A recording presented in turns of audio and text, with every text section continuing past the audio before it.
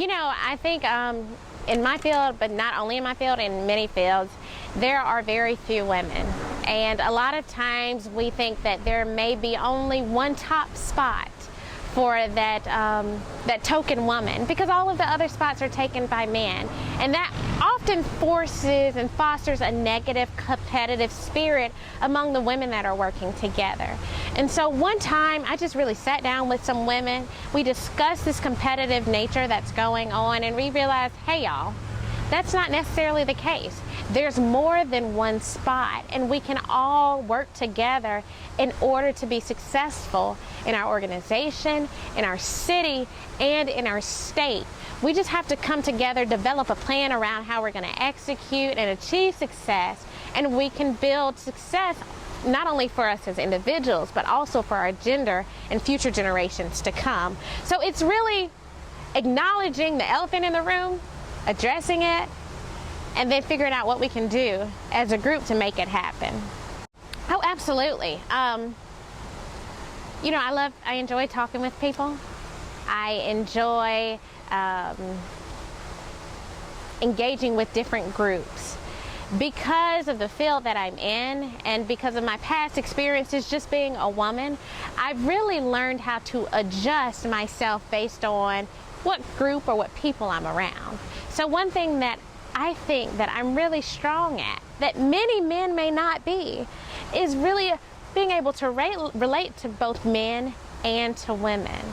A lot of times when a man is in an environment, he's often surrounded by other men in a professional environment.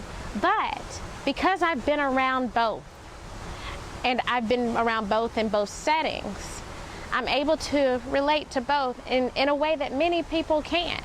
And it's helped me, and I've learned how to read people and understand how both men and women think. That way I can tailor my response based on their learning style. Oh, absolutely. There's this one lady in particular that comes to mind, and she's awesome. She's amazing. She's at the top of her field, and she recently moved out of Columbia. And I'll go ahead and say her name. Her name is Charlene Keys. Charlene Keys was the regional vice president, and still is, but she got a promotion, regional vice president of Time Warner Cable. And she kind of took me under her wing, and she showed me not just for my field, but things to be aware of when it comes to a professional environment, things to look out for. Or even, let's be real, she taught me how to dress. She taught me how to speak. She taught me things that I never would have received anywhere else. Because there's one thing that your family can teach you from a personal place, but there are things that female mentors who have been in those environments, in corporate environments, and they understand what it's like to be in a room and you're the only woman, and you may be the only African American, period. She knows what it's like. And I appreciate people like her who take the time to show me that it's okay, I did it. If I can do it, you can do it. Here are the steps to make it happen. I think there are so many women that I could have named right now. She just stands out. But one thing that I love about her is she's super graceful. So she is full woman, and she embraces her femininity. And I love that about her.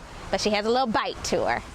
And I love women like that because it shows that femininity does not have to necessarily equate to submission.